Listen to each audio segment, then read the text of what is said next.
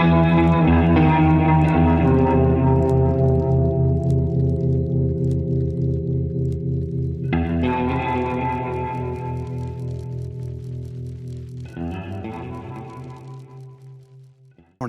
new insights into the Delphi investigation. The state's top law enforcer believes the case could be solved within 3 years or much sooner. Monday will mark 5 years since the bodies of Abby Williams and Libby German were found near the Old Monon High Bridge on Valentine's Day 2017. Now, since that moment, police have received thousands of tips involving the case. Despite a cell phone video and sketch, this case remains unsolved. State Police Superintendent Dirk Carter, he sat down with me yesterday afternoon and for the first time expressed a possible timeline of when he believes this case could likely come to an end. I believe that while I'm the superintendent of the state police, we'll identify this individual. That's within 2 years, sir. 3. 3 years. 3 years. 2 years and 11 months. Didn't want to push you out. Yeah. So you think within 3 years something will develop? It could be today. It could be today. It could be tomorrow. But I can say that we're continuing to move in a very positive direction. I was asked earlier, what would you say to Abby and Libby if you saw them today? And I would just simply say, I'm sorry, but I hope you're proud of us for what we've tried to do. And I believe that one day I'll be able to do that. Now, the last major development in this ongoing case came back this past December, as you may recall. State police asked people who use Snapchat and Instagram to provide information about a young man using a fake account on social media to lure young girls. That appeal was made in a state police video. Now, the man at the center of the fake account, he's in custody, but he has not been named as a suspect or a person of interest directly in the Delphi case. I was hoping to get more details on that, but this is all the superintendent would say. It generated a tremendous amount of interest. And the leads that we've received have been very helpful. But that's as far as I can go with that particular issue.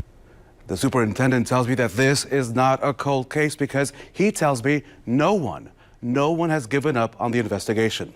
All new in our next half hour, why and when state police may need to assign 80 to 100 people to this case. Plus, Good Morning America will have more on the Delphi investigation coming up at 7:30 right here on WRTV. And as a reminder, you can find all of our reporting on Delphi on our website, WRTV.com/Delphi.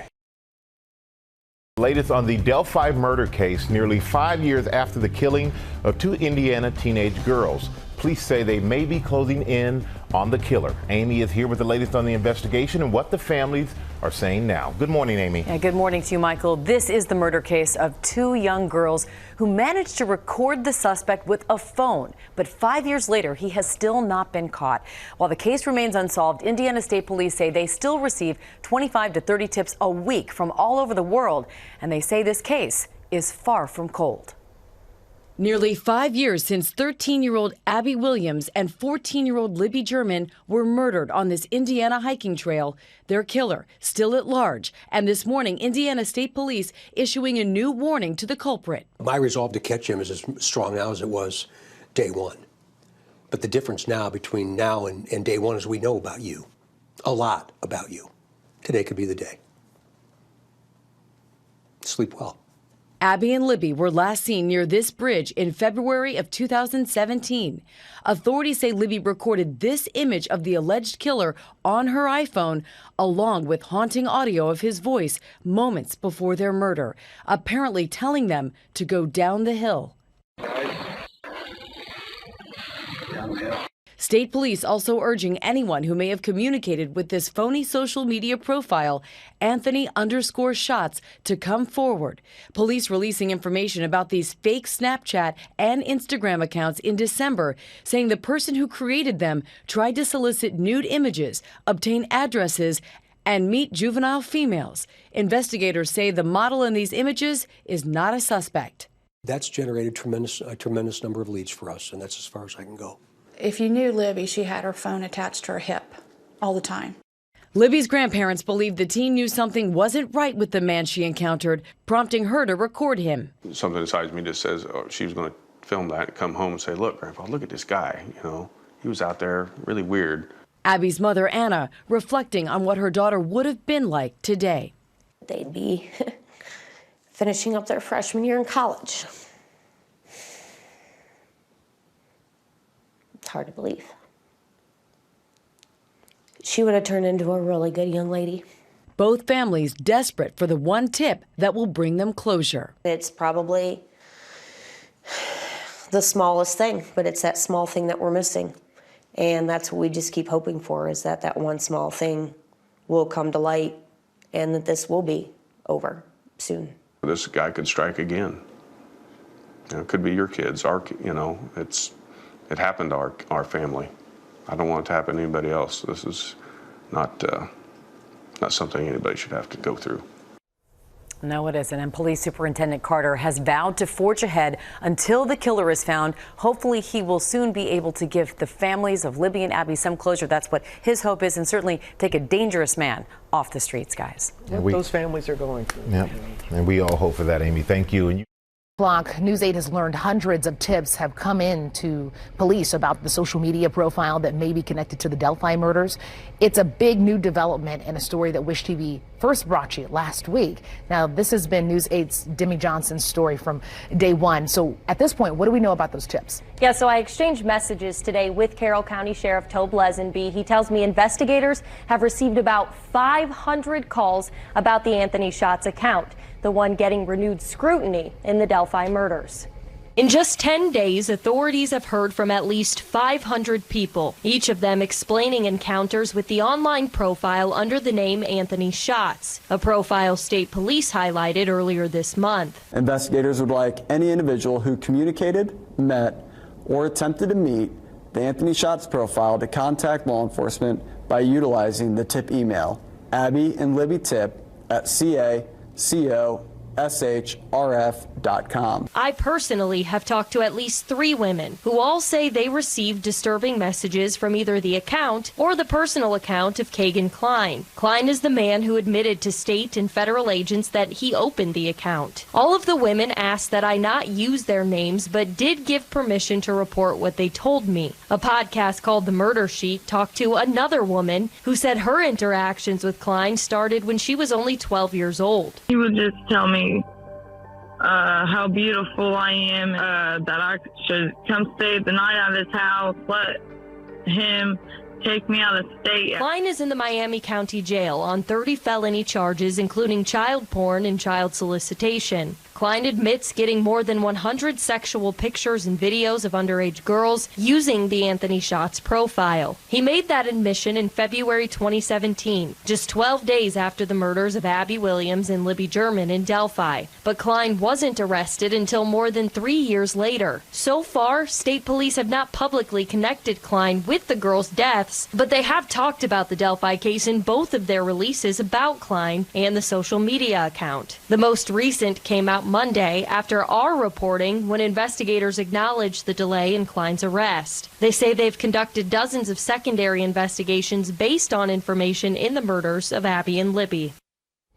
Now, again, we want to stress that Kegan Kline has not been charged in the murders of Abby Williams and Libby German. In fact, no one has. Kline was supposed to be in court today, but a judge agreed to cancel the appearance. He's now scheduled to go on trial in May. Demi Johnson, Wish TV, WishTV.com, and follow us on Facebook. This after 13-year-old Abby Williams and 14-year-old Libby German were murdered on an Indiana hiking trail almost 5 years ago. Their killer has been at large ever since. You'll recall Abby and Libby were last seen near a bridge in February of 2017. Authorities say Libby recorded haunting audio of their alleged killer's voice moments before their murder. The person telling them, "Go down the hill." This morning, authorities are issuing a new warning to that culprit. My resolve to catch him is as strong now as it was day one. But the difference now between now and day one is we know about you, a lot about you. Today could be the day. Indiana State Police urging anyone who may have communicated with this phony social media profile, Anthony_Schatz, to come forward. Libby's grandparents believe the teenager knew something wasn't right with that man she encountered, and that's why she recorded him.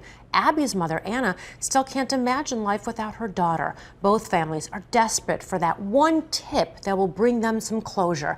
Indiana State Police Superintendent Doug Carter says he will forge ahead until that killer is found. Dig into the Delphi murders 5 years later. Still, no arrests have been made in this case. So tonight, our Emily Longnecker sits down with investigators to see how much longer the search for this killer could take. Indiana State Police Superintendent Doug Carter says he himself gets 25 to 30 tips a week about the murders of Abby Williams and Libby German. Now, despite thousands of tips coming in to investigators in the past 5 years since the girls' murders, the killer has never been caught. We sat down with Superintendent Carter to ask him if that day would ever come. To the killer, who may be in this room, we believe you are hiding in plain sight. It's been nearly 3 years since Indiana State Police Superintendent Doug Carter looked into television cameras and said those chilling words to the person who killed Abby Williams and Libby German. Did you think the person was there that day? I thought there was a chance that he was, or in the air, or somewhere close by. And then these words from Carter just days before the 5-year anniversary of the girls' murders. He'll be watching this. What Carter couldn't say is who he is. Do you know the suspect? I wouldn't go that far. Or a definitive timeline for his arrest. What is a realistic timeline? I don't know. Only that investigators are working on it every single day, and Carter holds himself accountable for a conclusion being reached. It's certainly my intention that this case comes to some level of conclusion by the time Governor Holcomb's time's up, and that's very personal to me. But I also think it could be sooner than that. I do believe that I'll see it. I believe that I'll see it. Mike, Patty, and Becky, and Anna, and I mean, today could be the day. Those words, "today could be the day," are what the families of both Abby and Libby have told themselves for 5 years now, despite how much time has passed. But I still have great confidence, Emily, that we're going to be successful. And that's not just because I'm an optimistic guy. Eventually, I'll be able to tell the world what we know, and the rest of the group will be able to tell the world what we know. Unfortunately, I can't right now. Since the girls' murders, investigators have released pieces of information at different times. Audio and video Libby captured on her cell phone the day the girls were killed. And 2 sketches of who investigators said they were looking for. This was the first sketch. Then, 2 years later, a very different sketch of what investigators believed the killer looked like. That was a very significant shift for us, and we had fully anticipated the criticism. But remember, a sketch is not a photograph, and I think eventually what we'll be able to do is put the face of the murderer up in between those 2 sketches, and we'll be able to merge them together and become one. The latest development came late last year when state police asked for information from anyone who had contact with the social media profile Anthony_Shots, saying it was connected to the case. I'm not going to talk about where we are because of that, but I can tell you we gleaned a tremendous amount of very positive information, and we're continuing to run those tips down. Do we think this person is local?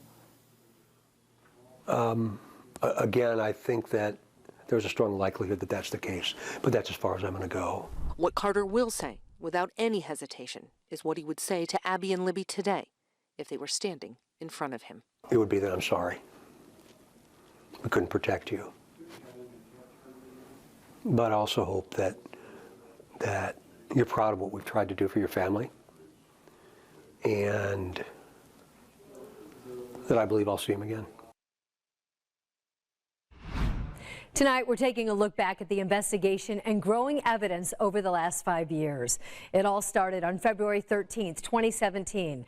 That's the day that Abby and Libby disappeared. They were hiking on the Monon High Trail. Searchers found their bodies the next day on Valentine's Day in a wooded area along the river. The following day, then, we got our very first look at the man in the blue jacket. A week later, police released another clue, this audio clip from Libby's cell phone.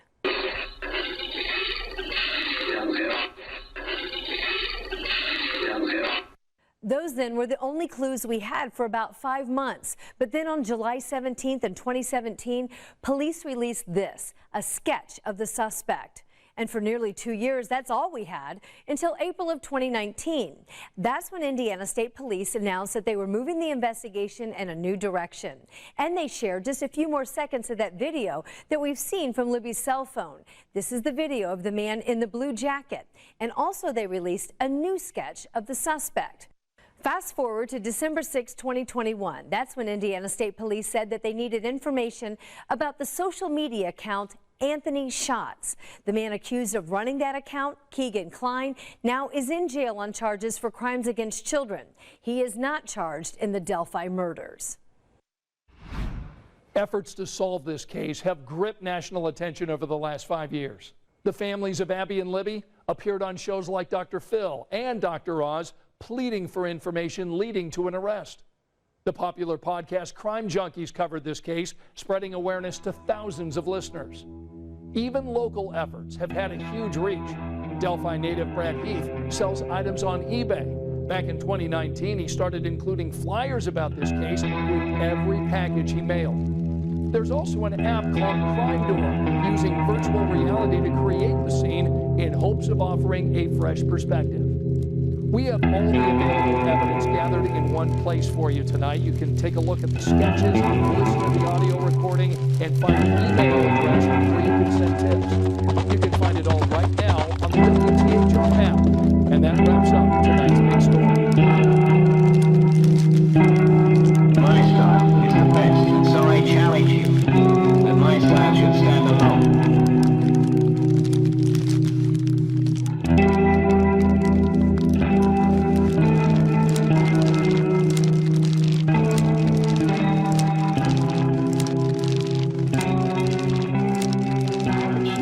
Anything then from the mistakes of the past yet?